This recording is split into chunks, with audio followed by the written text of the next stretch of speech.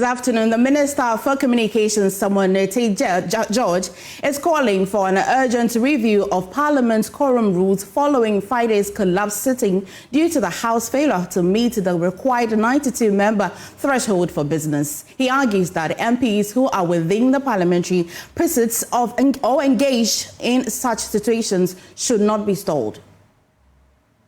This issue of quorum, it'll be important for Parliament itself to do proper house cleaning and housekeeping.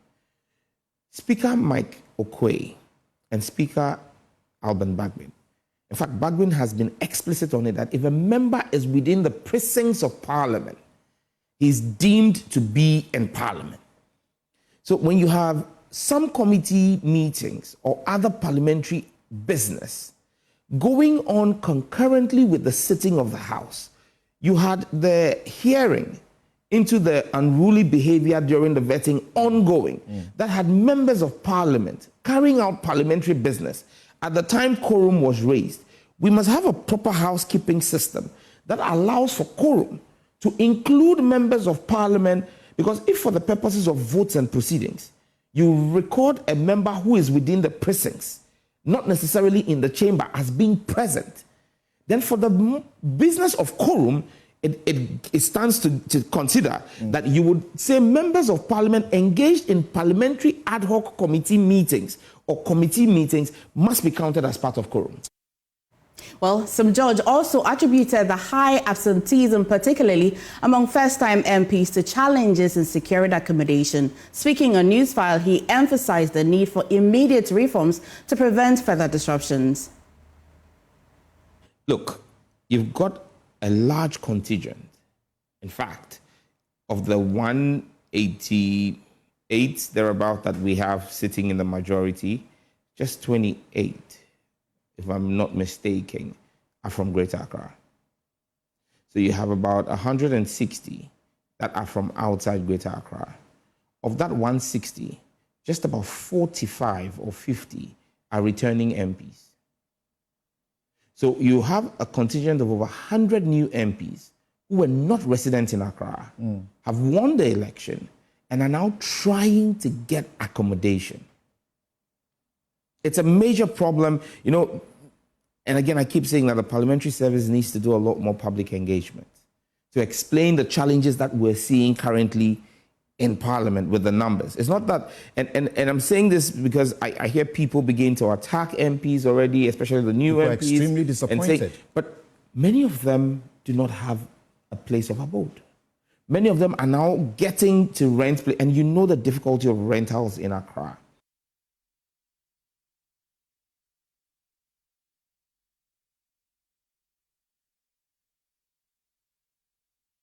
Well, still on this, the newly minted Minister of Communications has assured Ghanaians that before the year ends, we will get better value for their internet data bundles. He revealed that discussions with telecommunication companies are already underway, and in the next 14 days, an interministerial committee will be formed to address the issue. Yesterday, I met the management of the ministry, and I've given them the running order. Hopefully, within the next 14 days, we'll be setting up a committee, an interministerial committee, to look at the cost of data. And again, at my vetting, I said that it is my fervent belief that before the end of this year, we should see some movements in the data offerings. Now, let's be very clear. I've said that there are two models here. You can either have a reduction in prices of data or an increase in value offerings. So you could be paying 100 cedis today, that gives you 100 gig. Do we want to make the 100 gig 75 cedis? Or do we want to maintain the 100 gig but make the telco offer you 150 gig for the 100 cedis? Whichever ways, you get more value. So we're going to look at those models.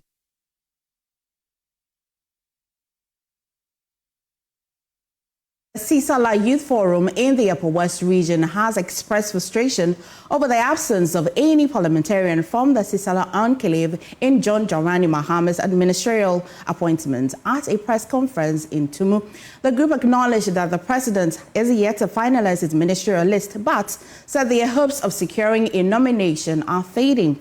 They urged the president to take immediate steps to address their concerns, insisting that while they are not seeking confrontation, they demand their their demand cannot be ignored. Joy News Upper West Regional Correspondent Rafiq Salam reports from Tumu. According to the youth advocacy group in the Sisala Enclave, Sisala Youth Forum, the press conference is to register their displeasure on the ongoing ministerial appointment by President John Dramani Mahama, which for now has no representation from the Sisala-speaking food basket of the Upper West region. They asserted that out of the 11 municipal and districts in the Upper West region, 5 of them are in the Sisala Enclave. Yet, President John Dramani Mahama found none of the 5 parliamentarians from the area worthy of his appointment. They have therefore expressed their disappointment on John Dramani Mahama for failing to appoint a single Sisala into his government despite the trust reposed in him, resulting in the overwhelming victory of the party in both presidential and parliamentary in the various Sisala areas. Siddiqui Mumuni is the president of the Sisala Youth Forum, and he led the charge. Our hopes are dwindling. As one of the 3 major ethnic groups in the Upper West region, number 1 producers of quality maize and contributing massively to the agricultural fortunes of this country, we are perplexed as to why our people have been overlooked in the appointment of ministers. The Sisala people have a significant presence in 5 out of the 11 constituencies in the region, making our exclusion from ministerial appointments all the more egregious. Historically, other parties have recognized the value of Sisala representation, providing our people with 8 years of ministerial appointments. Yet, we chose to support the NDC, only to be met with disappointment. They urged President John Mahama to take immediate action to address their concerns. We seek a meaningful representation of our people in government, not mere tokenship. The Sisala youths have been patient with the government through this window of ministerial appointments, but our patience is wearing thin. We implore the President to work with its major stakeholders in the land, i.e. the leadership of his party and the chiefs and elders of the Sisala fraternity to satisfy our demands, lest his legacy be tainted in the eyes of the Sisala people. The Sisala Youth Forum made the following demands. We are not seeking confrontation, but we will not be ignored. Our demands: 1. Meaningful representation. We are calling on His Excellency the President to appoint competent Sisala individuals to ministerial positions in his government. 2. Recognition of Sisala contributions to the nation. We are calling on the President to acknowledge the significant presence and contributions of the Sisala people in the Upper West region and in Ghana at large. 3. Inclusive governance. We urge the President to ensure that the government reflects the diversity of the region, including the Sisala people. We await the President's prompt response to our concerns, and if it goes contrary to our demands, we will advise ourselves accordingly going forward as a people. Deputy Secretary of the Sisala Youth Forum, Shakul Sani Shira, posited that it is only when persons are appointed from their enclave that they can get the needed development. But if you look at the challenges that we have faced as a people over the last 2 decades, I don't want to call it a curse, but at this point, we have to look for something else to align with it. And so we want a ministerial position. And we believe that the people that we have right now, in the persons of our MPs, are the right foot. Reporting for Joy News, Rafiq Salam, Tumu. Well, still on this, President John Mahama just might be facing mounting pressure from various groups across the country, each demanding the appointment of their kinsmen to key government positions. Last month, a group known as the Ultimate Voice of the Western Region petitioned the president to appoint a person of Nzema origin as chief executive of the Ghana National Gas Company. In the Ashanti region, NDC supporters in the Ejira-Seche-Dumasi constituency have also called their NP, Mohamed Bawa Brahima, to be named as the deputy minister. Here is the constituency research officer, Sadiku Katadatu. It is very important to indicate that we take so much pride in the fact that the NDC has won all the 9 organized presidential elections with huge margins from 1992 to 2024. We, however, only lost one of the 9 parliamentary elections to the new patriotic party, the NPP, in 2012. Sadiku noted that although the party lost a parliamentary election to the MPP in 2012, the constituency has consistently shown strong support for the NDC. In the just ended elections, for instance, the Ejira-Seche-Dumasi constituency gave President Mahama and the NDC over 30,000 votes, the second highest in the region, and that has always been the case. Ladies and gentlemen, we are frustrated, desperate, and melancholic as a people, especially when all our neighboring constituencies have ever been rewarded with ministerial appointments either under the NDC or the NPP regime. We can talk about Asante Mampong, Nsuka Kwamai, Efida South, Atibubu Amanti, Pru East, Pru West, Nkranza, Tachiman, and Kintampo. We are discriminatorily the only constituency that has never been rewarded in that regard, be it ministerial, chief executive position, or any other political appointment by the party we hold very dear to our hearts. Where have we gone wrong as a people? Where lies our loyalty to the NDC? He expressed his disappointment on behalf of the MP and the people of the constituency. According to him, the MP has made immense efforts to support the party in the constituency, and it is disheartening to see those efforts go unrecognized. We, the youths, are saying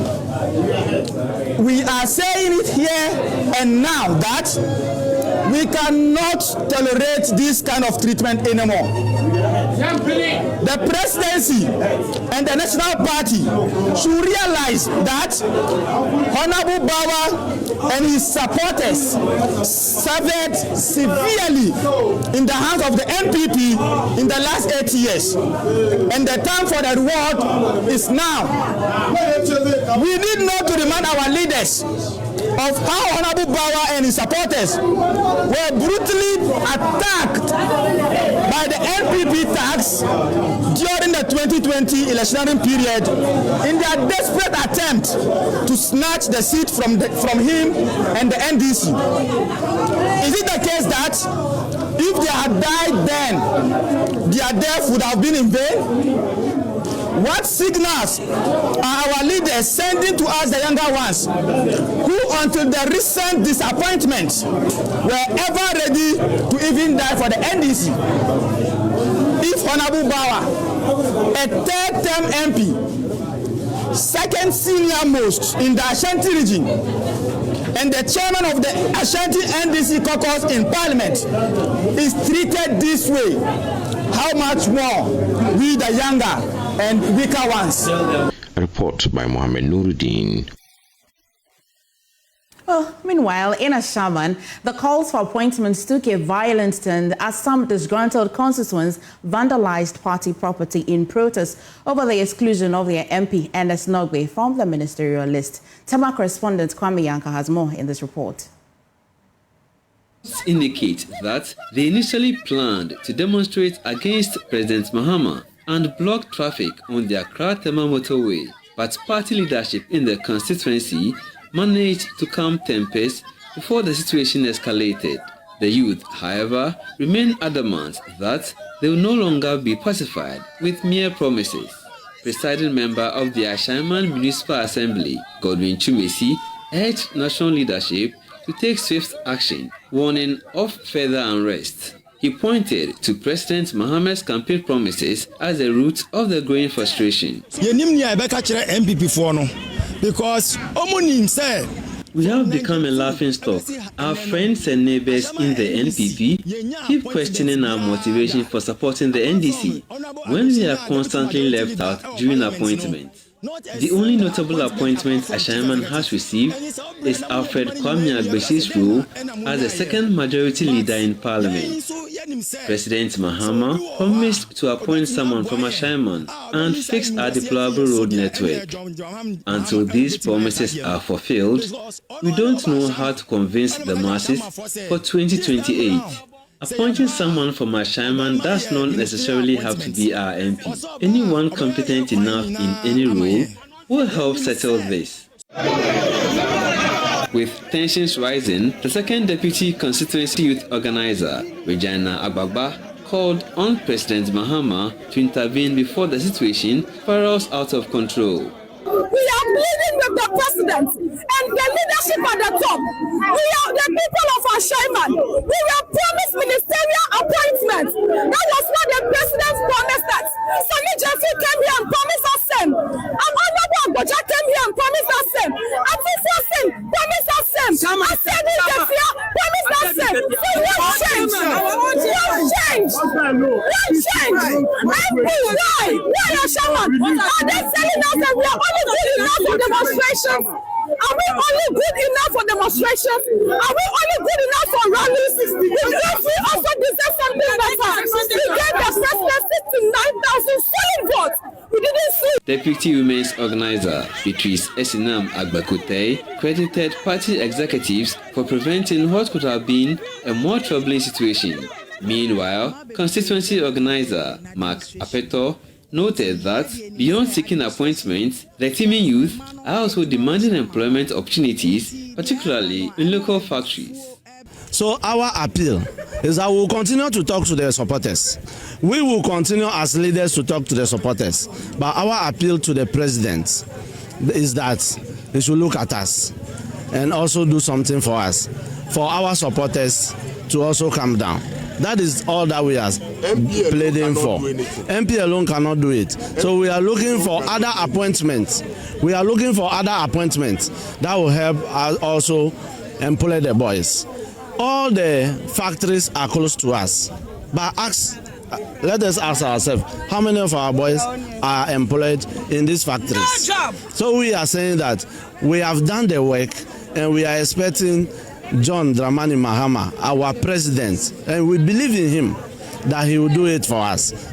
Despite efforts by party executives to ease tensions, there are fears that the youth may soon run out of patience. The police have since stepped in to contain the situation and maintain peace in Ashaiman. Kwame Yanke's report for Joy News.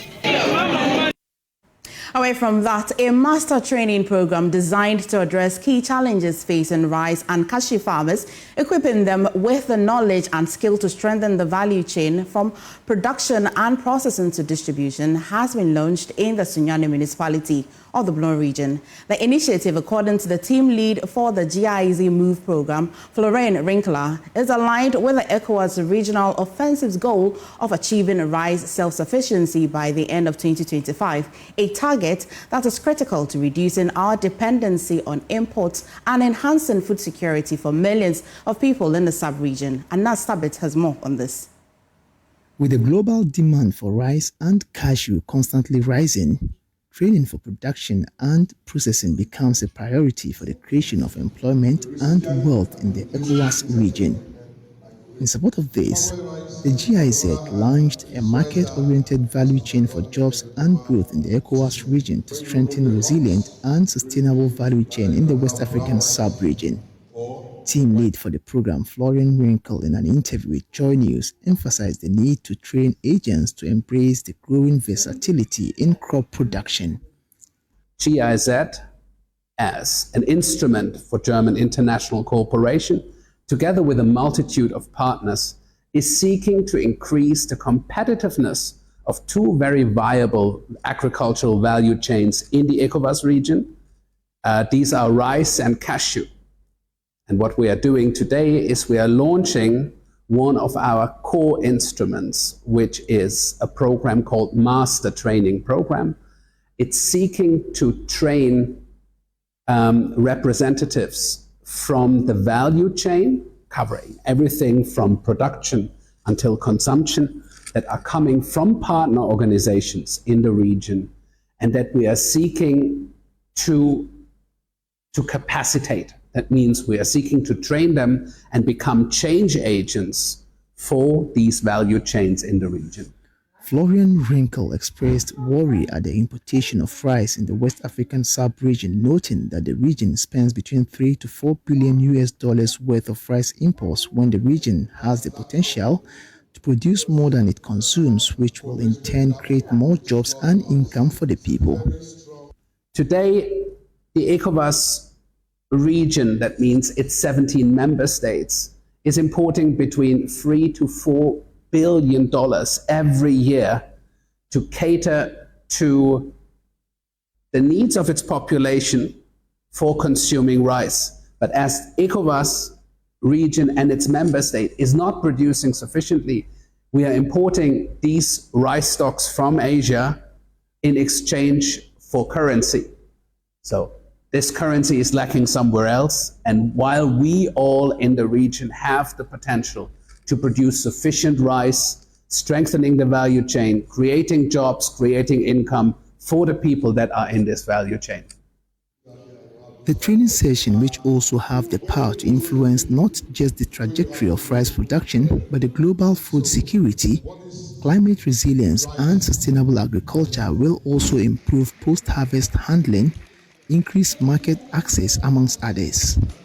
One particular aspect about this, the nature of the program that we are pursuing today here, that is training future resource persons for the rice value chain within the ECOWAS region, is not only putting the emphasis on technical details, but also raise a growing awareness within the participants that they themselves need to become agents of that change. And so we are working also jointly with them on developing the underlying and necessary attitude to become that change agent and trigger an overall systemic change in the way that we look at our rice production system in the region. Anas Sabit, Joy News, Sunyani. Our technology is evolving across the globe, and Ghana has not been left out. One of such programs is the Heritage and Cultural Society of Africa HACSA Tech for Girls program, which provides women and girls with the training and digital skills from web development to AI. At an award ceremony and project fundraiser launch for the third cohort of the Tech for Girls program, founder Joanna Svanike reiterated why this program will shape careers and also empower women in the next generation in the digital world.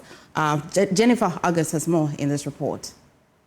The Heritage and Cultural Society of Africa, HACSA, is bridging the gender gap in technology by offering training in digital skills such as ICT, coding, and generative AI to girls and women.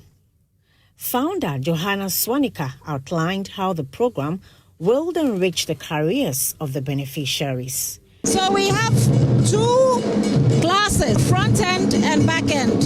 So the girls learn how to code. We also give them soft skills and leadership skills. A web development graduate from HACSA, Mariette Aho, shared how the foundation has equipped her with the skills to build functional websites, including banking sites. The Tech for Girls program has been very helpful.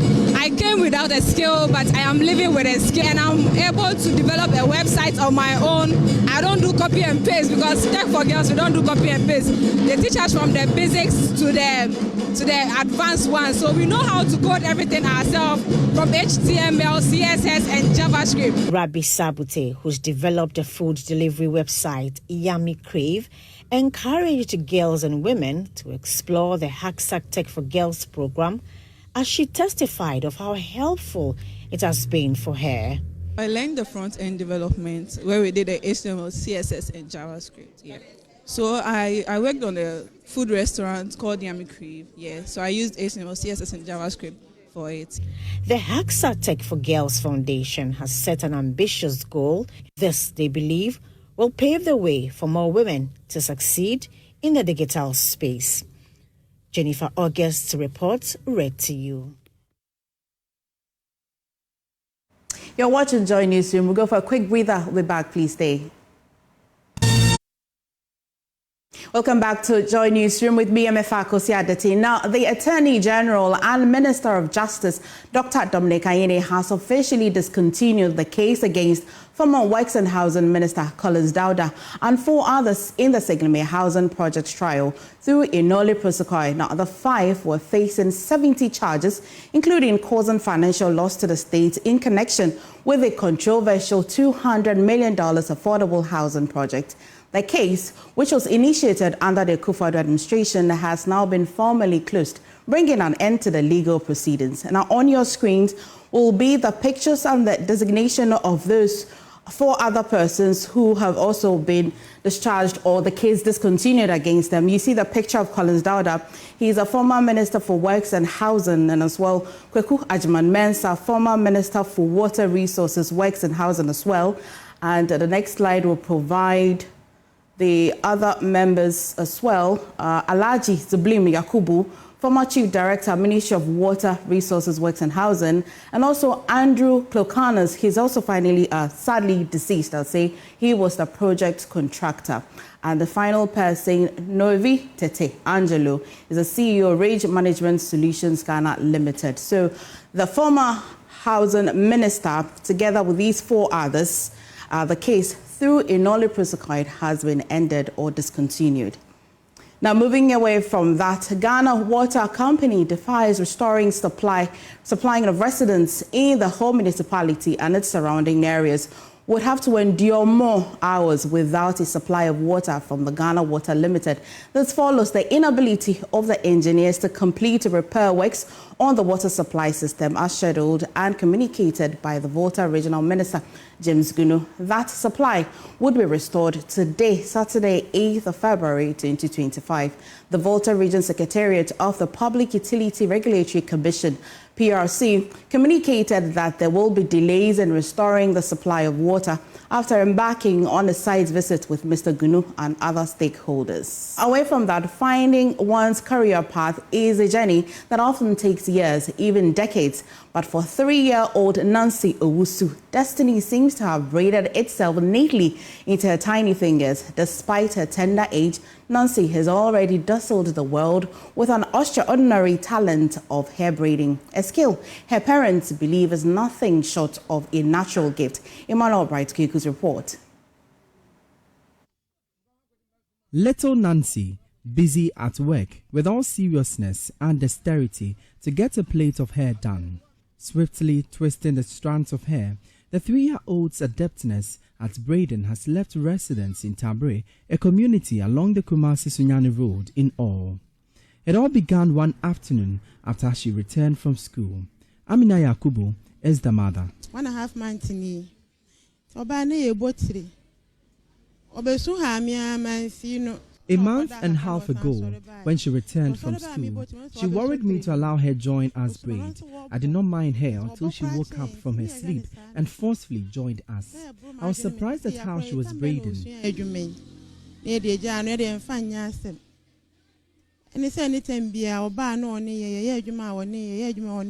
What are you holding? What is this? Wedding. Ahoma. Ahoma. And see wedding. Ahoma ring. Ahoma ring. How the other? Midi bottle. The bottle. Ina one a chair with tribo. Now, see, nti meka se obotre ma me obetimi abo. Bobi na me hwe. Bobi na me. Mama bobo we. Bobo we 3 men. Nti ewia me on Bobi on. Okay, so she has become a wonder in this particular town. We're talking about Tabre in the Ashanti region, and in fact, everywhere across the country. After an exciting day at school, little Nancy spends her leisure time doing what she loves and does best. I am glad my daughter could braid because she could also take up my job. Little Nancy isn't only a wonder in a small Tabre community, she's left social media users agog. Realizing her uniqueness and potential, Ebenezer Kubila, a relative, now her social media manager, set up an account on various platforms to expose the unique skill to the world. I want the whole world to hear of her. And also, I myself want to build her to some extent that even if her mother is not there, she can do something for herself as far as the talent is concerned. So every time I keep on motivating her to keep on doing it.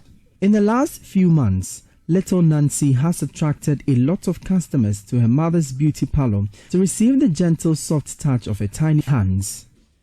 Some people just come here for her to touch their hair for them. They can even wait for hours for her to return from school.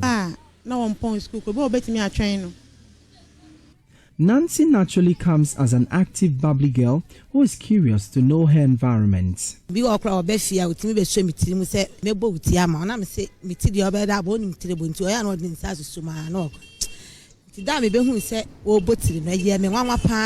told me some time back that she would want to braid my hair, but I never believed her until I saw her braiding with her mother. I was surprised. When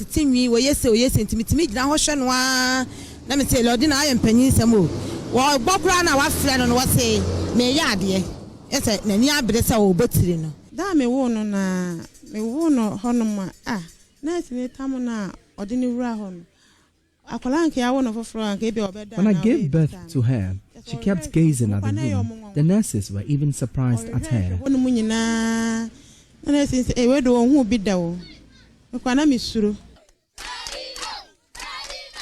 With no official attempt for a world record, you perhaps may want to consider her Ghana's youngest braider.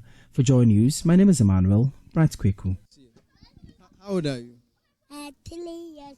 You are 3 years old. You're watching Joy Newsroom. We'll go for a quick break. We'll be back. Please stay. Welcome back to Joy Newsroom. Now, President John Mahama has issued a strict ban on first-class travel for ministers and government appointees as part of measures to cut down government spending. He has directed the Chief of Staff to formally notify all officials of an immediate ban on non-essential travel. An essential trip must be approved first, and even then, no first-class luxury. Speaking at the swearing-in of 17 new ministers, the president emphasized the need for modesty and fiscal discipline in governance. I must, however, remind you of the same caution I sounded to your colleagues who have already taken office, that the hallmark of this government will be modesty and respect for the Ghanaian people. There will be no room for arrogance and pomposity in this government. The resources that you'll be working with belong to the Ghanaian people who put us in office. Those resources are not to be wasted on opulence and extravagance. I've asked the Chief of Staff to write to all government appointees that I've imposed a ban on non-essential travel forthwith to cut down expenditure. Any travel that is deemed essential and necessary must be cleared first with the Office of the Chief of Staff. And such travels will have to be undertaken in modesty, no first class.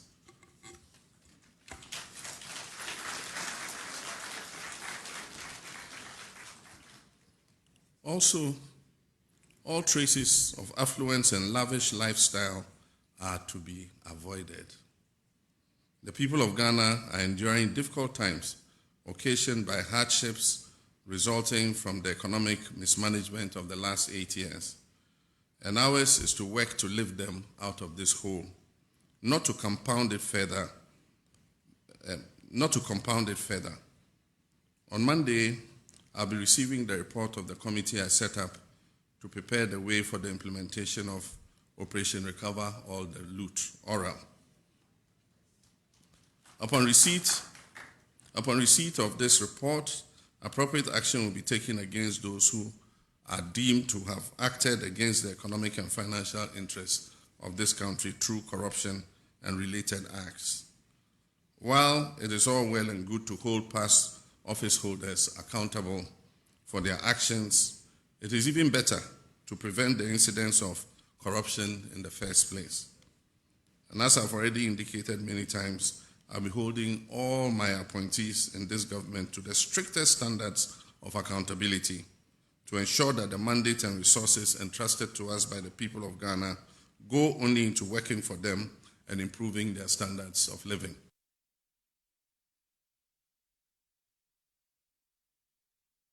Foreign Affairs Minister Samuel Okudzeto-Ablakwa said the new ministers will live up to expectation. We will not let the chiefs and people of Ghana down. We know expectations are high. We are conscious of that. And this emphatic victory that President Mahama received, the lesson there is that if you fail to meet the people's expectation, you will be punished at the polls. And we commit that it will not be our doing that the NDC will not continue to be the favorite party of the people.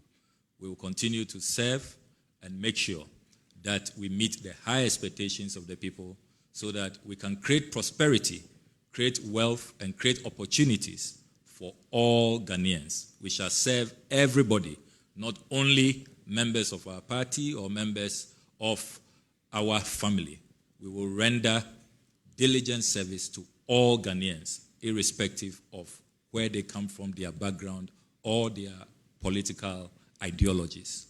So on that note, His Excellency President John Dramani Mahama and Vice President Professor Nana Jinopoko-Agyemang, we are ready to serve, we are ready to reset this country, and be rest assured, Your Excellency, we shall not let you down. Thank you very much.